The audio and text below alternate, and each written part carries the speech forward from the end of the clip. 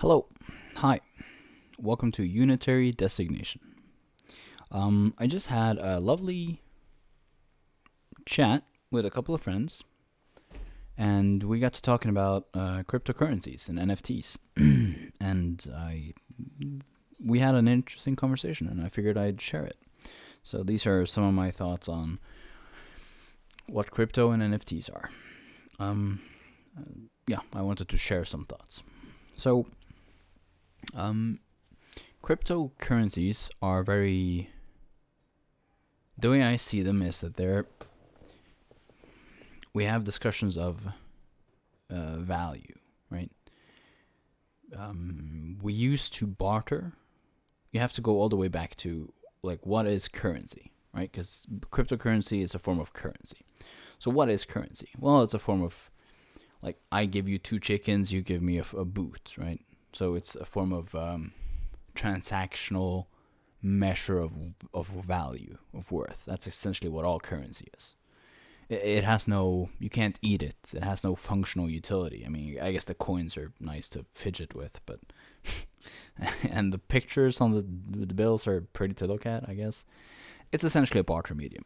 And so cryptocurrency is a decentralized currency. And I'm not trying to promote it, and I'm not trying to speak against it. These are just my thoughts on what it is. It appears to be a decentralized international currency. So one of the criticisms that the pro crypto people direct towards traditional currencies is that traditional currencies are backed by the state. That's how they get their value. It used to be anchored in gold, right? Value, these bills of trading used to be anchored in gold, because we used to trade like actual gold and silver coins. And then sort of as commercial trading became more and more large scale, we then ended up trading gold bars. And then ships would have to ferry gold bars across continents, and then they just started using these transactional bills. Like if you want the gold, you can go to that bank and use this bill to get that gold, etc. And then, the gold was still in vaults somewhere, and the ownership of it changed hands with these bills. And then those bills became currency that we know it today, and the coins remained coins. So yeah, it was tied to gold. Then we went away from the gold standard, and we started to anchor value in states, in government-backed currencies, official currencies. And you have to anchor value, because otherwise, if I give you a currency that no one else uses, then essentially I've scammed you, right? I've taken your chickens and I've given you a worthless token that might look fancy but isn't anchored in value. So you have to anchor currency in actual things that people actually value. So that's one of the so that's what currency is. So crypto is a form of decentralized currency. It doesn't rely on any government to give it value. It has the value that people choose to give it. So if everyone agrees that cryptocurrencies are worthless, then they'll be worthless. And if everyone agrees that cryptocurrency is the shit, then it'll be the shit. So then the question becomes, okay, why should we value cryptocurrency? And the answer that Bitcoin has come up with is cryptation. We've made it so that it's impossible to fake these transactions. So the strength of the cryptation becomes essentially the strength of the currency. And the blockchain, the cryptation mechanism of the currency, all transactions done get uploaded to a centralized ledger of like all the transactions that have ever happened, and then you have to pay to get on that chain, and then it's crypted and everyone shares it, and that's the security system inherent in the currency. So why should we use crypto? Well, here are the pros, right? Let's start with why you should, not why you shouldn't. It's a decentralized currency. It's immune to inflation. Governments can't print more of it. It will always have the same, assuming people maintain it at. If everyone starts using crypto instead of local government currencies, government can't regulate currency, which means power are back in the hands of traders and people. And then, assuming it remains the gold standard, the new gold standard, it'll just always have the value that the market gives it. So if your country gets invaded and you have a billion Ukrainian francs and your country gets taken over by Russia, those Ukrainian francs are worth diddly. But if you had your money in Bitcoin, it'll still be worth whatever. You don't need to own land or gold or stock options. You can just own Bitcoin, and it's just stored in the crypto cloud forever. So it's decentralized. That's good. It's immune to inflation. And it's also international trade. Government can't regulate it. I assume they can tax it, but that's not the point. You can trade with anyone. You don't need to have Norwegian, like I live in Norway, you don't have to use Norwegian kroners, convert it to dollars, then use the dollar. No, you use crypto. So it's very handy, and it's all on the cloud, digital already. And it maintains its value because it cross-references to the ledger that everyone keeps track of. And then you might say, well, what if I just write my own ledger where I have 1 billion Bitcoins? And it's like, well, people are going to, like, the way Bitcoin encryption works, or crypto encryption works, is that they all compare it with it's like a narrative, cultural narrative that everyone participates in.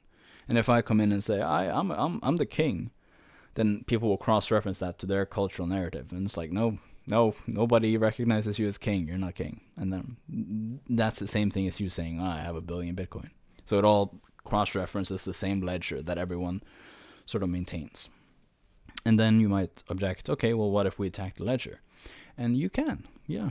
You just need more computers decrypting it than people are cryptating it.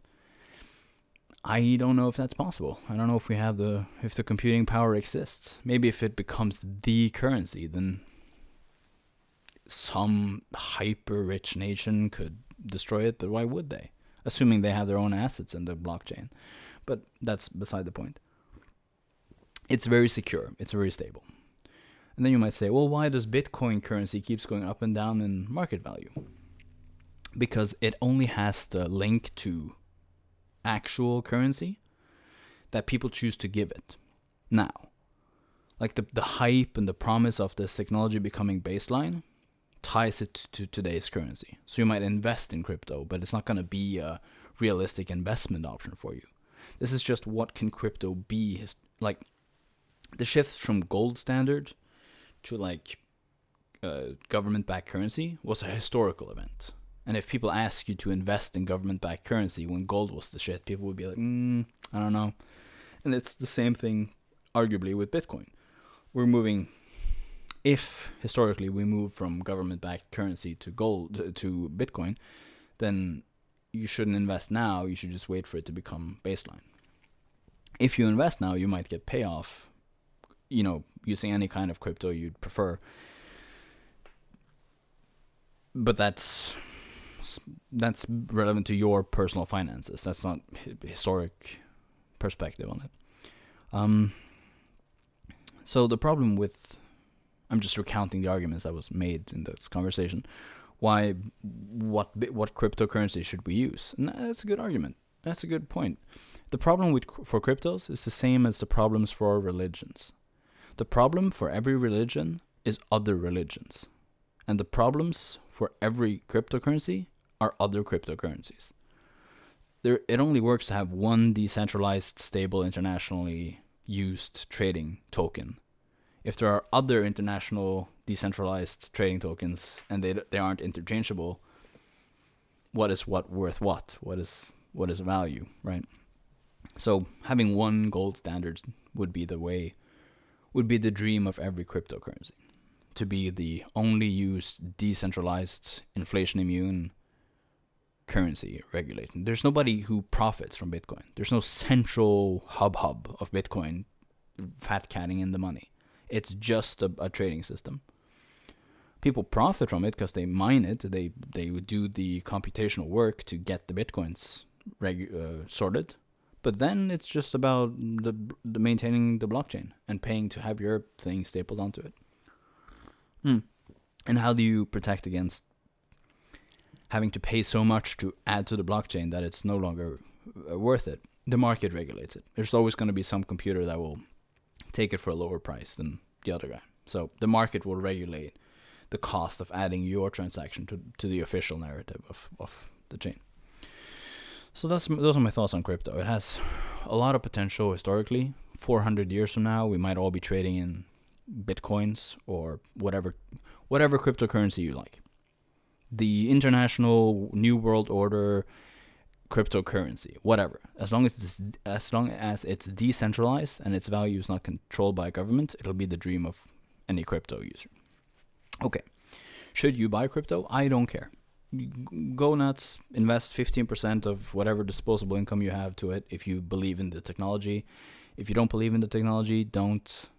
If it doesn't become the de facto currency and people never use it, then it's just a lot of computer algorithms gone to waste.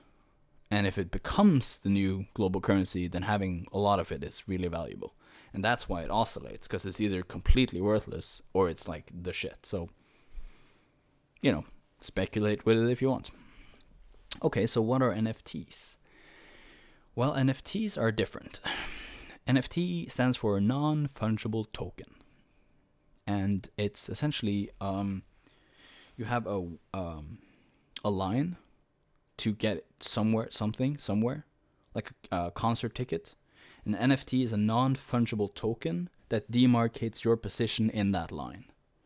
And it's linked to a picture so that you have some form of visual representation. It's not just zeros and ones. You have some form of picture that tells you that your spot is this. And people often think NFTs are the artwork. No. The non-fungible token is your positioning in that line. And if the line leads to something good, like a concert you might enjoy, then it's great. You bought a non-fungible token. You have your position in this line to buy this. Great, good for you. If the line doesn't lead to anything, then you bought a position in a line that nobody is standing in for nothing, which is what most NFTs are. They aren't linked to any real event or circumstance. Like, think about it like this. In the stock market, you have the option to buy a stock option, which means I own the right to purchase a stock when it becomes available. I will sell you this right for money. No stocks are trading, just the option to buy it. That's what an NFT is, roughly speaking. It's a order in a line, like a non-fungible token, order in a line, and there's nothing at the end of the line yet. They might add something, and that's it. This like the hype of this new technology, I'm gonna own my position in this hyper exclusive line to something. And people are status oriented. We like being ahead of other people in a line, even when the line doesn't lead to anything. So NFT, I think that NFT bubble has burst. I think people saw through the technology, and I think a lot of people who are really pro NFTs didn't want people to realize what an NFT is. And people were confused. They thought they owned the artwork. Like, if I buy the NFTs of like this flaming sword, I can use this flaming sword in this game or that game. It's like, no. It's just a picture that points to your location in a line.